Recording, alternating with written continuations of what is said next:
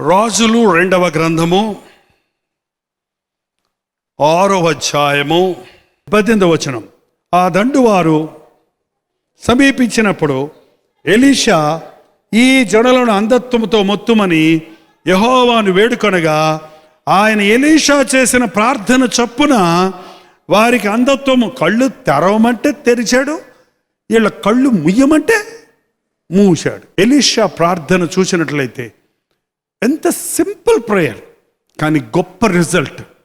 మనం ఇవాళ పెద్ద ప్రార్థన చేస్తాం, చిన్న జవాబులు కూడా రావు. కారణం ఏంటంటే మన ప్రార్థన క్వాలిటీ సరిలేదు. సంశయం లేకుండా, సందేహం లేకుండా, శుద్ధ హృదయంతో, విశ్వాసంతో మనం ప్రార్థన చేస్తే ప్రతి చిన్న ప్రార్థనకు కూడా దేవుడు జయమిస్తాడు. ఒక దైవజనుడు అన్నాడు, నా తలంపులన్నీ ప్రార్థనలే. ఏంటంట? తలంపులన్నీ విన్నపాలే దేవునికి, ప్రార్థనలే దేవునికి. నేను ఏది మాట్లాడినా ఆ మాటల్లోని సారం ప్రార్థన వలన కలిగిన సారమే. అది ఒక క్రైస్తవ జీవితం కలిగి ఉండవలసింది. ఎడతెగక ప్రార్థన చేయండి అంటే అర్థం ఏంటి? ఎడతెగక అంటే అర్థం ఏంటి? కంటిన్యూస్గా ప్రార్థన చేయడం కుదురుతుందా? దేవునితో సహవాసం కలిగి ఉన్నప్పుడు, ఇప్పుడు చూడండి, ఎలక్ట్రిసిటీ ఆ వైర్స్లో కరెంట్ వస్తుందా లేదా? వస్తుందా? వచ్చినా కూడా వెలుగుద్దా? వెలగాలంటే ఏం చేయాలి? ఒక అరగంట సేపు వైరింగ్ చేయాలా? లేకపోతే జనరేటర్ తిప్పాలా? ఆ స్విచ్ ఆన్ చేయడానికి ఎంతసేపు పడుతుంది? ఆ తరంగానే పుష్ష లైట్లు వస్తాయి. ఏంటంటే ఎందుకు? Already the current electricity is flowing. So wherever you connect anything and operate any object, you will see the fruit of it. ఎక్కడ మీరు కనెక్ట్ చేసినా, ఫ్యాన్ పెట్టినా, సౌండ్ పెట్టినా, లైట్ పెట్టినా, ఆల్రెడీ అక్కడ పవర్ ఉంది కాబట్టి టచ్ చేయగానే దాని రిజల్ట్ చూస్తున్నావు. నువ్వు ప్రార్థన దేవునితో సహవాసం కలిగి ఉంటే, ఎక్కడ ఇంట్లో ప్రార్థన చేసినా, రోడ్డు మీద ప్రార్థన చేసినా, ప్రభువా అన్న వెంటనే నువ్వు కనెక్ట్ అవుతావు కాబట్టి ఆ ప్రార్థనకు ప్రతిఫలాన్ని నీవు అక్కడ చూడగలవు. అది క్రైస్తవుడు జీవితంలో కలిగి ఉండవలసింది. ఎడతెగక ప్రార్థన చేయాలి, దేవునితో సహవాసం చేయటం నేర్చుకోవాలి. నేను నా దేవుడు కలిసి ఉన్నాం. నా దేవుడిని ఏది అడిగినా, ఏంటంటే మీ అమ్మగారితో ఉన్నావు అనుకో, నువ్వు అమ్మతోటే ఉన్నావండి. అమ్మతో ఉన్నప్పుడు రాత్రి అమ్మను పిలవాల్సి వచ్చింది. అమ్మా అమ్మా అమ్మా అమ్మా అంటావా? ఏమంటావు? అమ్మా ఏంటమ్మా ఏంటమ్మా అంటే అంటే చూసారా? ఏంటంటే మనం దేవుని దగ్గరగా ఉంటే, వా వీళ్ళు కళ్ళు మూయ్యా అంటే వెంటనే మూసారు, కళ్ళు తెరవయ్యా అంటే వెంటనే తెరిచాడు. పక్కనే ఉన్నాడు దేవుడు వారితోటి. ప్రార్థన చేసేవాడు దేవుని సన్నిధిలో ఉంటాడు. ప్రార్థన చేసేవాడు దేవుని శక్తితో నింపబడి ఉంటాడు. దేవునితో సహవాసం చేయటం ఉంటాడు. ఎప్పుడైతే మన హృదయం దేవుని ముందు సరి చేసుకుంటామో అప్పుడు మన హృదయంలో దీవెన ఉంటుంది. గొప్ప దైవజనుడు ఎలీషా గురించి 2 రాజులు 13వ అధ్యాయం 14వ వచనం. అంతటా ఎలీషా మరణకరమైన రోగము చేత పీడితుడై ఉండగా ఇశ్రాయేలు రాజు అయిన యెహోయాషు అతని యొద్దకు వచ్చి అతని చూచి కన్నీళ్లు విడుచుచు, నా తండ్రి నా తండ్రి, ఇశ్రాయేలులకు రథమును రౌతులు నీవే అని ఏడ్చెను. ఇంత గొప్ప దైవజనుడికి మరణకరమైన వ్యాధి వచ్చింది. తప్పు ప్రపగండ చేస్తున్నారండి. దేవుని సేవకులకు జబ్బులు రావా? దేవుని సేవకుడు హాస్పిటల్ అడ్మిట్ అవ్వడా? మందులు వేసుకోకూడదా అని ఎక్కడ బైబిల్లో లేదు. మనిషికి ప్రార్థన చేసే మనిషికి వచ్చే రోగాలన్నీ రాకపోతే ఆ మనిషికి మనస్ఫూర్తిగా ఎలా ప్రార్థన చేస్తాడు? ఏమన్నా వినపడిందా నా మాట? మనిషికి ప్రార్థన చేసే మనిషికి ఆ మనిషికి వచ్చే రోగాలన్నీ రాకపోతే ఆ మనిషి కొరకు మనస్ఫూర్తిగా ఎలా ప్రార్థన చేస్తాడు? టైఫాయిడా? వద్దలే మా దానికి ఏంటి పెద్ద రాధార్థం చేస్తావు? ఆ టైఫాయిడ్ పడి లేచాడు అనుకో ఆ పాస్టరు. టైఫాయిడ్ అంటే అమ్మో నోరంతా చేదుకుంది కదమ్మా, కడుపంతా మంటకుంది కదమ్మా. అవునమ్మా నాకు కూడా వచ్చింది. కళ్ళు మూసుకో అమ్మ ప్రార్థన చేద్దాం ప్రభువా అని మనస్ఫూర్తిగా చేస్తాడు. ఏంటండి? బ్యాక్ పెయిన్ అండి అంటే బ్యాక్ పెయిన్ కింద అంతగా కనబడిపోతా, నడుముకి ఏదైనా గుట్ట కట్టుకో తగ్గిపోద్ది పో అంటాడు. నడుము బ్యాక్ పెయిన్ వచ్చి స్పైనల్ కార్డు సర్జరీ అయిన పాస్టర్ గారిని వచ్చి నడుము నొప్పి అని అడిగితే, అబ్బా నరకం కదయ్యా, నేను అనుభవించాను నాయన అని మనస్ఫూర్తిగా ప్రార్థన చేస్తాడు. ఏంటండి, దైవజనుడు ఏమి సూపర్ న్యాచురల్ బీయింగ్ కాదు. మనిషి శరీరమే దైవజనుడికి ఉంది. శరీరానికి నొప్పి కలుగుతుంది. కానీ దేవుడు యేసుక్రీస్తు ఈ లోకంలోనికి వచ్చి నలగొట్టబడ్డాడు, చిత్తగొట్టబడ్డాడు, నిందలు పడ్డాడు, ఉమ్మేయించుకున్నాడు. ఆ మానవుని యొక్క శ్రమ అంతా ఏదో, ఆయనకి మనసంతా ఏదో తెలుసు. ఇవాళ నీ ముఖం మీద ఉమ్మేస్తే ఆ ఉమ్మి వేసినప్పుడు కలిగే వేదన ఏంటో నీ ప్రభువుకు తెలుసు. నిన్నెవరైనా కొరడ తీసుకొని కొడితే ఆ సొరక దెబ్బ ఎలా ఉంటుందో నిన్ను ప్రేమించి ప్రాణమిచ్చిన ప్రభువుకు తెలుసు. అందుకే మనల్ని అంతగా ప్రేమిస్తున్నాడు ఆయన. మనల్ని అన్ని విషయాల్లో మనలాగా శోధించబడ్డాడు. ఆకలి అంటే ఎట్లుంటుందని అడిగాడు ఆయన. ఆకలి లేకముందే మెక్కేవాడికి ఆకలి అంటే ఎట్లుంటుంది నడుస్తే చెప్పండి. ఆకలి లేకముందే తిను తిను తిను తిను అని వడ్డిచ్చేస్తుంటే తెగ తినేసి ఇంటి నిండా తిండ్లు పెట్టుకొని బఫేలకు వెళ్ళి తినేసేవాడికి ఆకలి అంటే తెలుస్తుందా? కడుపులు పేగులు మారిన వాళ్ళకే ఆకలి అంటే ఏంటో తెలుస్తుంది. యేసు ప్రభు మన కొరకు ఆకలి కొన్నాడు, దప్పిక కొన్నాడు. ఏంటంటే ఫ్రిడ్జ్లో బాటిల్స్ పెట్టుకొని గంట తాగేవాడికి దప్పికంటే ఏం తెలుస్తుంది? ఈ ఎండలో రోడ్ల మీద నడుస్తున్నప్పుడు గొంతు ఎండిపోతుంటే ఏది దప్పికంటే ఏంటో తెలుస్తుంది. దేవుడు తన సేవకుల్ని కూడా డిసిప్లైన్ చేస్తాడు, క్రమంలో నడిపిస్తాడు. ఒక దైవజనుడు సిక్ అయితే మరొక దైవజనుడు వచ్చి ప్రార్థన చేయాలని దేవుడు కోరుకుంటాడు. లేకపోతే నేనే సూపర్ దైవజనుడు అనుకుంటాడు ఆ దైవజనుడు. ఏంటంటే మీరు అనేక మంది ప్రార్థన చేస్తే తగ్గుతుంది, మీకు తగ్గలేదే అంటే అంతే. నీకు తగ్గకుండా నీ కొరకు మరొక వ్యక్తి వచ్చి ప్రార్థన చేసేటట్టు ఒక్కోసారి దైవజనుడే అక్కర్లేదు, సంఘంలో ఉన్న విశ్వాసే సేవకుడి కొరకు ప్రార్థన చేయాల్సి వస్తుంది. నాకు ఎప్పుడన్నా ఒళ్ళు బాగోపోతే, ఒంట్లో అనారోగ్యంగా ఉంటే మా సంఘం అంతటిని ప్రార్థన చేయమని అడుగుతాను. మా సంఘం అంతా ప్రార్థన చేసినప్పుడు నాకు స్వస్థత కలుగుతుంది. ప్రార్థన అనేది ఎవరి సొత్తు కాదు. ప్రార్థనా బలం అనేది దైవజనుడికి ఒక్కడికే కాదు, దేవునితో సంబంధం కలిగి ఉన్నట్లుగా ప్రతి ఒక్కరికి అధికారం ఉంది. నీవు విశ్వసిస్తే, విశ్వాసంతో ప్రార్థిస్తే, నువ్వు చిన్నోడువైనా, కొత్తోడువైనా, పెద్దోడువైనా, పిల్లోడువైనా నీ ప్రార్థన దేవుడు వింటాడు. మరణకరమైన రోగం వస్తే రాజుగారు వచ్చాడు, బాబు నీ వల్లనే మేము రాజ్యం కాపాడబడుతుంది, మాకు ఇశ్రాయేలులకు రైతు నీవే, రథము నీవే.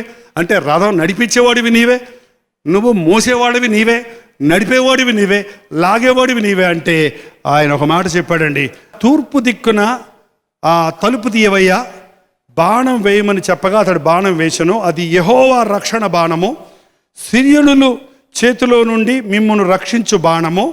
సిరియనులు నాశనమగునట్లు నీవు అఫయోకులో వారి హతము చేయుదు అని చెప్పి బాణములను పట్టుకోమని అతడు పట్టుకొనెను. అతడు ఇశ్రాయేల్ రాజుతో నేల కొట్టమనినప్పుడు, ఇదిగో అది సిరియా సైన్యం, నీ బాణాలతో నీవు వాడిని జయిస్తావు, ఇదిగో బాణము, ఈ బాణాలతో నేల మీద సిరియన్లు కొట్టినట్టు కొట్టు అంటే టుప్పు టుప్పు టుప్పు అని ఆపాడంట. శత్రువును కొట్టమంటే ఎన్నిసార్లు కొట్టాడు? అందుకు నిమిత్తము దైవజనుడు అతన్ని మీద కోపగించి, నీవు 5 మారులైనను 6 మారులైనను కొట్టిన ఎడల సిరియనులు నాశనమగు వరకు నీవు వారిని హతము చేసి ఉందువు. అయితే ఇప్పుడు 3 మారు మాత్రమే సిరియనులను ఓడించదవని చెప్పాను. చూడండి, నీ బాడీ యాక్షన్కి, నీ శరీర క్రియకి, నువ్వు చేసే ప్రార్థనకి సంబంధం ఉంది. నీ విశ్వాసానికి, నీవు చేసే పనికి సంబంధం ఉంది. ఆ శత్రువు నువ్వు జయించేటట్టు కొట్టు అంటే వాడిని చిత్తుగా కొట్టాలా, లేకపోతే కొట్టాను అన్నాడా?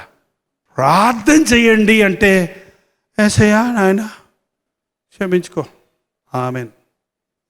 ప్రార్థన చేయమంటే నీకు ఎంతమంది శత్రువులు ఉన్నారో, నీవు ఎన్ని రకాల బాధల్లో ఉన్నావో, నీవు ఎన్నిసార్లు ఓడిపోయావో అవన్నీ గుర్తు చేసుకొని దేవునికి మొర్రపెడితే, అన్ని గంటల సేపు నువ్వు ప్రార్థిస్తే, అన్నిసార్లు నువ్వు మొరపెడితే విడుదల పొందుతావు.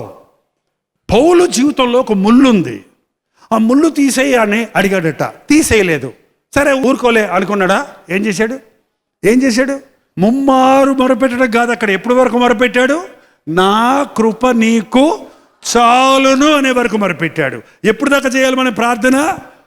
జవాబు వచ్చే వరకు చేయాలి.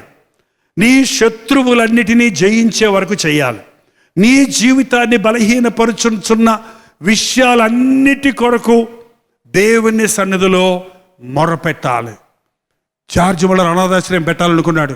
మంచాలు కావాలి, బియ్యం కావాలి, దుప్పట్లు కావాలి, గదులు కావాలి, బిల్డింగ్ కావాలి, అన్నీ ఇచ్చాడు దేవుడు.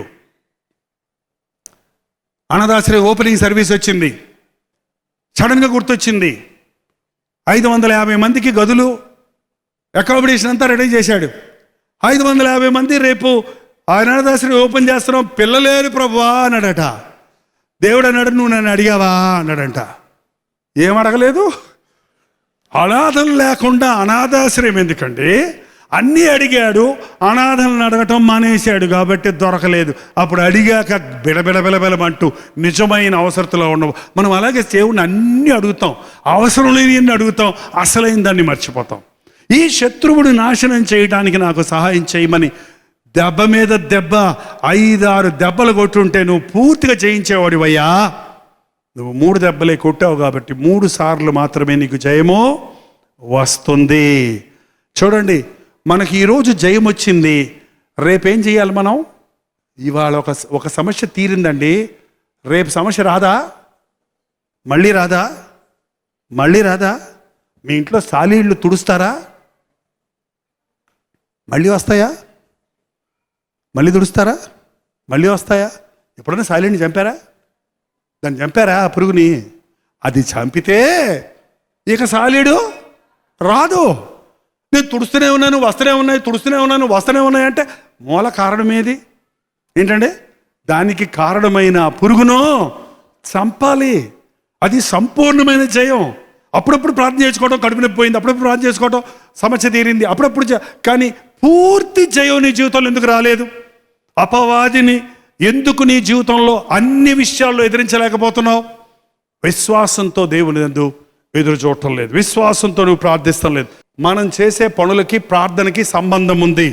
చేతులెత్తి ప్రార్థన చేయటం, మోకరించి ప్రార్థన చేయటం, చేతిని చరిచి ప్రార్థన చేయటం, జయం అన్నప్పుడు జయమని ఎక్స్ప్రెషన్ చేసి భావ ఉద్రేకాలతో మన మనస్ఫూర్తిగా ప్రార్థన చేయటం, ప్రభువునందు విశ్వాసం ఉంచడం ఎంతో అవసరం.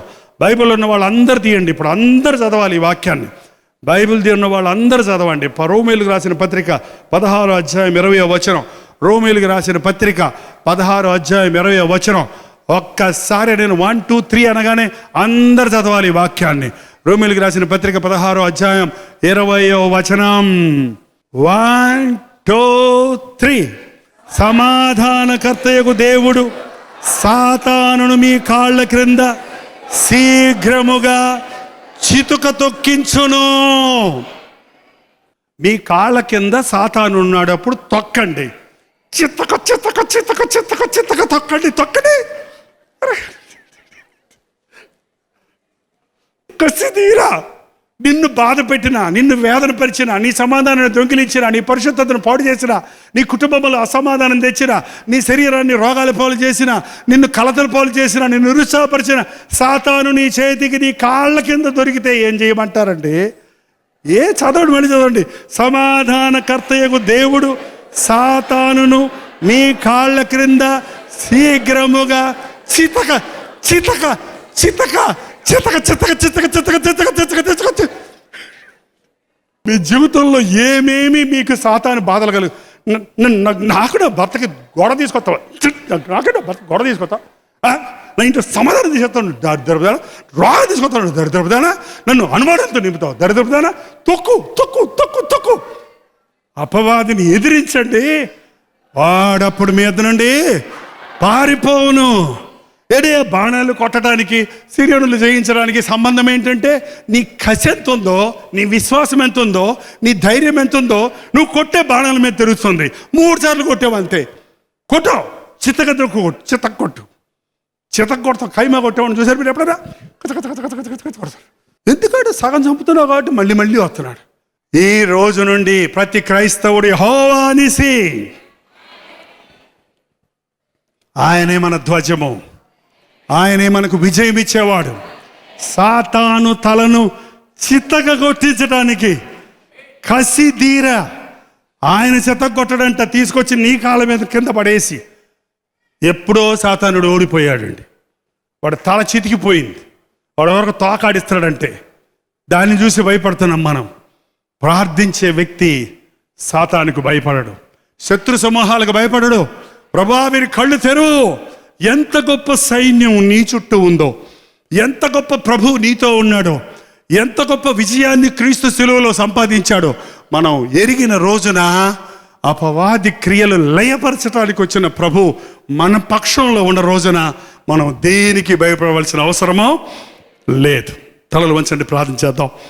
ప్రతి ఒక్కరు నోరు తెరిచి ప్రార్థన చేద్దాం. ప్రార్థన మాటి మాటికి నన్ను శోధిస్తున్నా, మాటి మాటికి నన్ను కలతపరుచుతున్నా, మాటి మాటికి నన్ను పాపానికి లాగుతున్నా సాతాను శక్తుల నుంచి నన్ను విడిపించయ్యా. మోసపరచు ఆత్మల నుంచి నన్ను విడిపించయ్యా. సాతానికి బానిసైపోయానయ్యా. వాడిని ఎదిరించే ప్రార్థనా శక్తి నాకు దయచేయి. నా పక్షంలో ఉన్నవాడు ఎంత గొప్పవాడివో, నా కొరకు సిలువలో సంపాదించిన జయము ఎంత గొప్పదో నేను చూసినట్లు నా మనోనేత్రాలు తెరువయ్యా. పరిస్థితులు చూసి భయపడిపోతున్నానయ్యా. డాక్టర్ మెడికల్ రిపోర్ట్స్ చూసి భయపడిపోతున్నానయ్యా. మనుషులను చూసి భయపడుతున్నానయ్యా. అధికారులను చూసి భయపడుతున్నానయ్యా. ప్రతి దానికి పిరికితనంతో ఉన్నానయ్యా.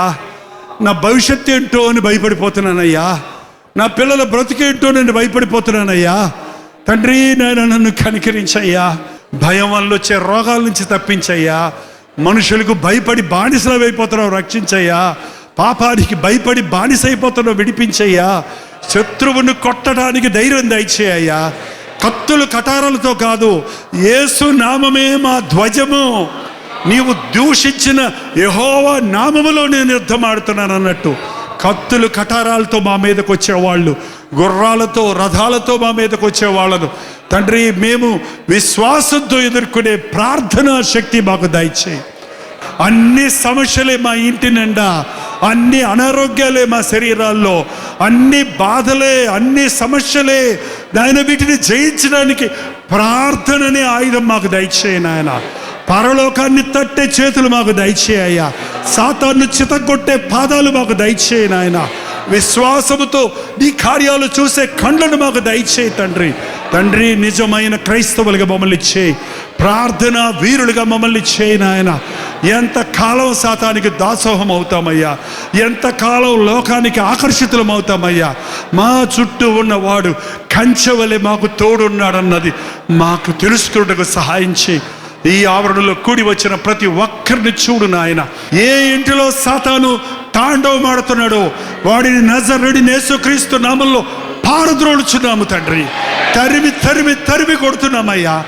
నీ బిడ్డల గృహాల చుట్టూ నీ అగ్ని కంచె దయచేయి తండ్రి. తండ్రి మా ఇంటి చుట్టూ తిరగాలే కానీ వాడు మా ఇంటిలోకి రాకుండా కంచె మాకు దయచేయి అయ్యా. మాకెందుకు ఈ సమస్య, మాకెందుకు ఇబ్బంది అన్నప్పుడు నీకు మొరపెడితే అందులో ఉన్న సత్యాన్ని మాకు తెలియజేసే దేవుడిగా ఉన్నావు తండ్రి. ప్రార్థనా పరులుగా చేయి తండ్రి. తండ్రి తండ్రి శత్రువు చేతికి దొరికితే 3 సార్లు కొట్టి వదిలిపెట్టిన ఆ ఇశ్రాయేలు రాజులుగా కాకుండా తండ్రి చిత్తగా కొట్టగలిగిన పరిశుద్ధాత్మ శక్తిని మాకు దయచేయి తండ్రి. మానవ రీతిగా మేము పోరాడటం లేదు కానీ వాయుమండల అధిపతులతో మేము పోరాడుతున్నప్పుడు రక్షణ అనే కవచం మాకు దయచేయ్యా. దేవ రక్షణ అనే శిరస్త్రావణ మాకు దయచేయి తండ్రి.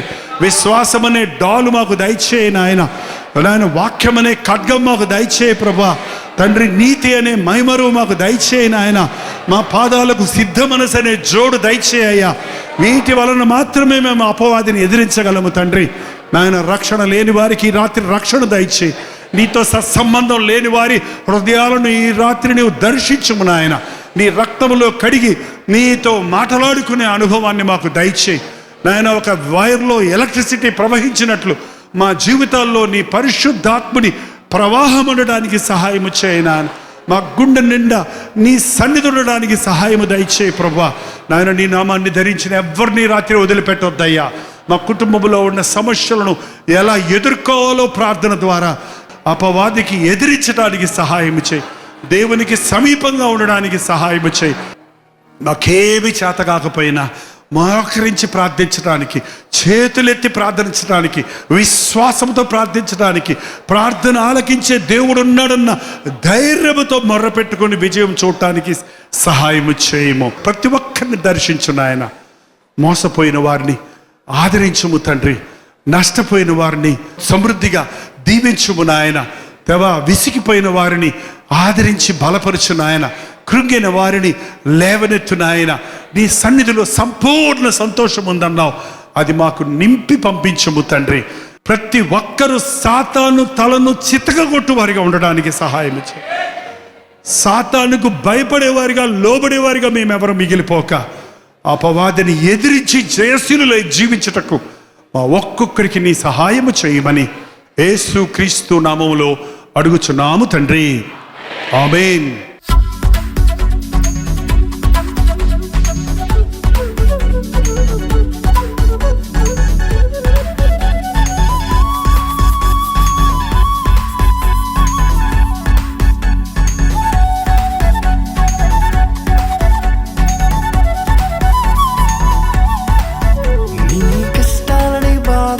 శ్రమలన్నీ తీర్చే అనాథుడు యేసే. నీ కష్టాలని బాధలన్నీ శ్రమలన్నీ తీర్చే అనాథుడు యేసే. ఆది నుండి ఉన్నవాడు ఆ దేవుడు, అద్భుతాలు చేసేవాడు నా యేసుడు. ఆది నుండి ఉన్నవాడు ఆ దేవుడు, అద్భుతాలు